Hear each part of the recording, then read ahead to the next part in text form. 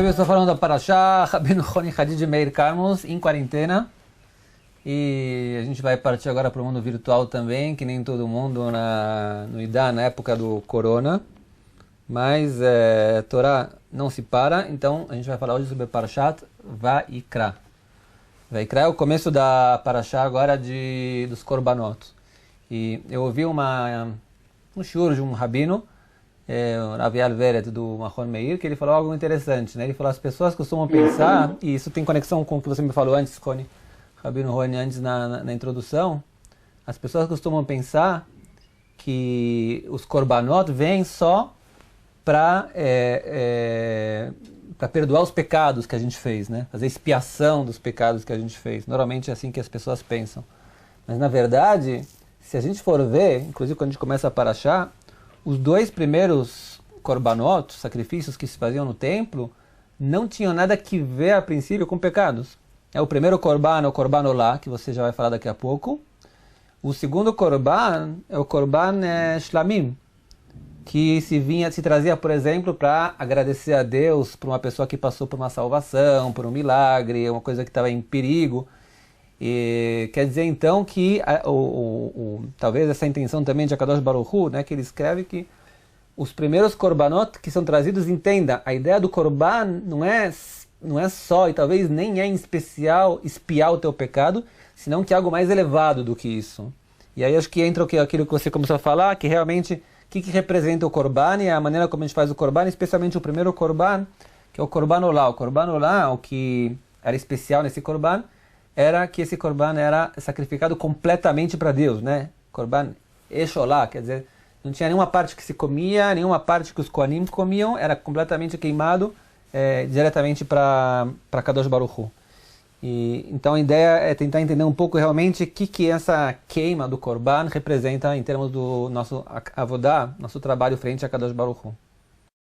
Sim, exatamente como você disse, o Korban Olá, ele não está ligado à expiação, e a palavra Olá é de Lalot, subir, elevação, e ele sobe todo no Mizbeach, e ele sobe todo para o céu, que ele é 100% consumido no altar, e realmente é a ideia principal dos Korbanot, como você começou a colocar, que é a questão da elevação pessoal. O Korban, o intuito é a pessoa ter uma elevação pessoal em termos da Avodat Hashem, do serviço divino dele. E esse serviço, principalmente no Korban Olá, que é o mais caracterizado nisso, que ele é totalmente consumido pelo fogo. E sobre o fogo, hoje eu li de manhã no Rabino Simson Rafael Hirsch, que realmente o fogo do altar, ele simboliza a Torá, de acordo com uma visão. E o fogo é algo que aquece, mas também consome. Ou seja, de certa maneira, no sentido positivo, a pessoa se eleva e se inserindo completamente, se imergindo e entrando dentro do fogo completamente, do fogo da Torá. É claro que a gente está falando aqui no sentido positivo do fogo da Torá, que é que a pessoa é um veículo. A pessoa que traz o olá, ela está se autoconscientizando que ela quer ter uma vida que está totalmente envolta pela Torá. E essa é a coisa, isso é uma mensagem muito importante, que às vezes a gente acha que, bom, Torá é mais uma coisa na minha vida, é mais um acessório, eu faço isso, eu vou para o trabalho, eu tenho minha família, eu tenho várias áreas de interesse, áreas de atuação na minha vida, eu também estudo um pouquinho. Não, essa não é a visão da Torá em relação a ela mesma. A visão da Torá em relação a ela mesma é que ela é um veículo, ela é toda uma infraestrutura que a pessoa, que o judeu e também os não-judeus com as 7 mitzvot de Bnei Noach tem que entender que esse é o contexto da vida deles. O contexto da vida, em termos da perspectiva da Torá, é o próprio cumprimento de toda a Torá. E tudo que a gente faz, que a gente acha que são outras facetas da vida, elas estão inseridas dentro desse fogo da Torá, e esse Korban Olá, que é o Korban completo que sobe no Mizbeach, simboliza exatamente isso, que toda a nossa vida é para ser consumida, no bom sentido, no cumprimento da Torá. Já falei bastante. Agora você funciona. Não, na verdade, a gente sabe, né, que na Kabbalah, no Tânia também, ele escreve que o homem formado por quatro essências. Existe o fogo, que você citou agora, uma das forças que dirigem o homem a tudo que ele faz. Existe a água, que, de acordo com a Kabbalah, representa os prazeres do homem, né, as forças de ter prazer. Existe o vento, que representa a força do homem de anular coisas, né? Por exemplo, quando a gente ri de alguma coisa, né, a gente tem força com esse riso de anular. Essa força do vento, que é anular coisas. Eu sempre conto para fazer isso mais substancial, né? Que faz um tempo atrás, acho que eu te contei isso, né? Saiu uma reportagem na Manchete, antes da época da Corona, que uma mulher astronauta finalmente saiu para fazer um concerto no Centro Espacial Multinacional lá. Então a reportagem, né, começava com um título escrito... como está escrito, as mulheres andando no espaço, né? As mulheres também podem andar no espaço. E era para ser uma reportagem assim bem feminista, né? E você contei isso ou não contei? Não, não, não. Aí, E acabou sendo o contrário, então. por quê? No final, tem um cara que escreveu Stolkbekin. Como se fala em português Stolkbekin? Eu não sei. As Mas reações das esses chats, pessoas, né? são os chats que tem às É, vezes o chat da embaixo reação. da reportagem na internet. Sim. Então tinha uma... Essa é a reportagem, uau, que legal, uma mulher Sim. também, astronauta, as mulheres podem que nem os homens, etc e tal. Sim. E aí no final tem uma reportagem, tem uma reação de um cara, ele escreve assim: enquanto elas andarem e não dirigirem, tudo bem. Mas você pode fazer uma piada feminista sobre isso. De você dizer que saiu uma mulher para consertar e não um homem, e se fosse um homem, ele ia ficar adiando e demorar uns 6 meses até que ele vai consertar o que a mulher pediu para ele consertar. Exato. Mas Eu percebi nessa reportagem a força que é anular alguma coisa quando você ri sobre algo, né? Por isso que muitas vezes quando uma pessoa se traz um argumento, né, o mais sério que possa ser, se a pessoa usa o humor para anular suas coisas, é terrível.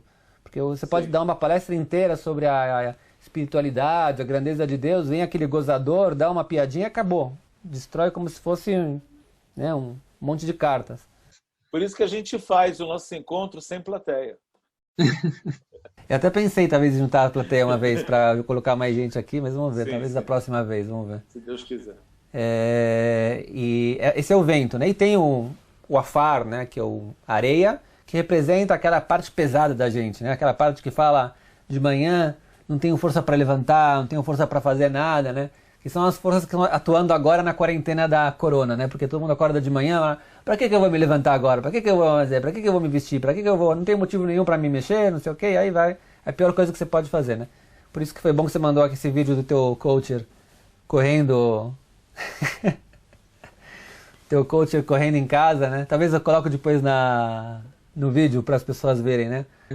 o coach Agora aqui em Israel tem uma limitação de 100 metros de casa. Então hoje eu corri 100 metros para um lado e para o outro perto de casa. O meu cachorro acha que a gente está maluco agora. A gente corre para um lado e de repente muda de direção. Aí de repente muda de direção e não sabe o que eu quero dele. E o teu coacher já correu, ele falou 20 quilômetros em casa. Incrível. Então tem que ter paciência para isso. Eu não sei, eu ia ficar com dor de cabeça um pouco, não sei, porque ficar virando o tempo todo. De qualquer maneira, essa parte da areia, né? Que é a parte pesada do homem. E tem, mais uma vez que a gente falou, o fogo, né? O fogo, como define, aquela força do homem que leva ele a fazer coisas fortes, de repente, com uma exaltação muito grande. Então, por exemplo, mesmo o ódio, a raiva, a inveja, tudo isso vem do fogo também. Sim. Mas o fogo tem as duas forças que nem você falou. Você pode usar o fogo na parte negativa dele, e você pode, uma pessoa que consegue se consertar, pode usar o fogo para a parte positiva dele, até o ponto dele ter um fogo de trabalhar a Deus, né? Então ele está todo, Claro. preciso fazer, preciso estudar, preciso, né? Você sente aquela sensação, posso dizer, agora fecharam as sinagogas aqui em Israel, né? Há 5 dias atrás, ainda quando eu fui ver se tinha algum menino fora da sinagoga, né? Fiquei um pouco longe das pessoas, de repente eu ouvi o Kadish, as pessoas falando amém, você sente aquele prazer, né? De repente, uau, Kadish, que legal, né? Poder fazer. Isso me Emocionante. foi a primeira. Você sente Eu só queria colocar que você falou do fogo e o elemento das pessoas, isso pode ter algumas mudanças. É exatamente um trecho do tratado do Talmud em Shabbat, que fala que a pessoa que nasceu, Tahat Ashpaat Ma'adim, que nasceu sob a influência de Marte, que Marte, na verdade, esotericamente está ligado ao elemento fogo, igual você falou, e o Talmud fala que se a pessoa com esse elemento fogo marciano, assim, de impulso, se ele é um perverso, ele vai ser um assassino, mas se ele for um Benoni, ele vai ser um chorrete, ele vai ser esse que degola os animais, e se ele for um tzadik, ele vai ser um moelo. Quer dizer, esse mesmo impulso, dependendo como ele é processado pela pessoa, ele pode ser canalizado para uma coisa boa ou uma coisa ruim, exatamente como você Me atrás muitas vezes. Mais uma vez, o fogo, que nem você falou. O fogo também é apresentado no Tânia, se você já trouxe. Agav, mais uma coisa que eu também me levantei. O Korban Olá, apesar que eu falei que é um Korban que a princípio não vem por pecados, o Rashi traz que sim, podia ser trazido por pecados. E qual o pecado do Olá? Acho que a gente falou isso uma vez, mas eu falo de novo. É o Bitula C. Bitula C em termos oficiais. Mas o Rashi traz mais uma coisa também, que é pensamentos maus. Machshavot Asurot. Quer dizer, a pessoa pensou uma coisa mal, e aí ele tem que trazer um Korban Olá. E isso mostra também, o que o Tânia traz muitas vezes, né, na Kabbalah também, o quanto o pensamento da pessoa é importante. Porque o pensamento da pessoa é a base, né, do santuário. A gente falou muitas vezes, né, que o homem é um santuário. Na hora que a pessoa coloca maus pensamentos dentro dela, ele está, na verdade, trazendo um tipo de idolatria para dentro do santuário que é a imagem de Deus dele. Isso não é só um comportamento ético, isso é realmente a nível da Alahá. Por exemplo, um dos mandamentos da Torá, inclusive está nos 10 mandamentos, não cobiçarás a mulher do próximo. Então tem quem pergunte entre os sábios, como é que a pessoa pode não cobiçar? Pode ser que ele vai ter um pensamento e tal. Não, você sim tem liberdade de escolher os teus pensamentos. Então, se você pode escolher teus pensamentos, por isso que os mandamentos, as proibições, também estão pertinentes a isso. Você não pode ter certos tipos de pensamento, isso é a nível da lei judaica. Quer dizer, isso mostra quanto a pessoa é responsável e mostra quanto ela tem poder, ou ela pode ter poder sobre si mesma, se ela conseguir aceitar essa realidade e essa responsabilidade. E fora que o pensamento, mais uma vez que a gente falou, né, especialmente no nosso mundo, que as pessoas falam, olha, o que você faz é importante, mas o que você pensa o que você quiser. Se você quiser tiver os sonhos mais absurdos, mais anormais, o que você quiser, não tem problema. O que você pensa, o que está na tua cabeça, é problema seu, não é problema de mais ninguém.